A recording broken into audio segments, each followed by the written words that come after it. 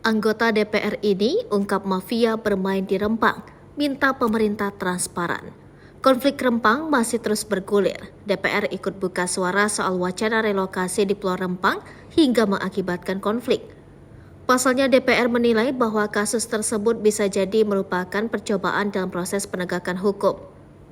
Bahkan DPR menyebut Pulau Rempang bisa berubah menjadi Pulau Preman. Dikutip dari laman resmi DPR, pernyataan itu disampaikan oleh Wakil Ketua Komisi 3 DPR RI Ahmad Sahroni. Ia mengaku penyelesaian konflik di Pulau Rempang tidak akan berjalan dengan lancar.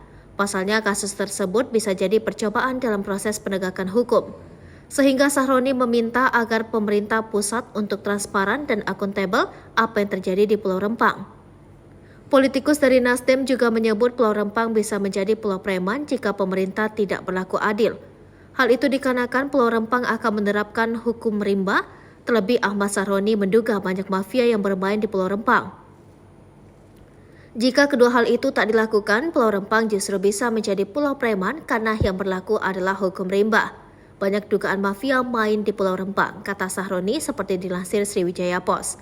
Sementara itu, Menteri Investasi sekaligus Kepala Badan Koordinasi Penanaman Modal, Bahlil Lahadalia mengatakan, berjanji akan menyelesaikan dengan baik dan memihak kepada warga Rempang.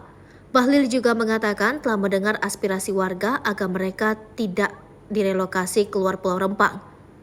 Kalau memang ini kita lakukan untuk kebaikan dan kita masih dalam perkampungan di Rempang, selama tidak mengganggu master plan yang ada sekarang, maka kita akan bahas bersama-sama, kata Bahlil.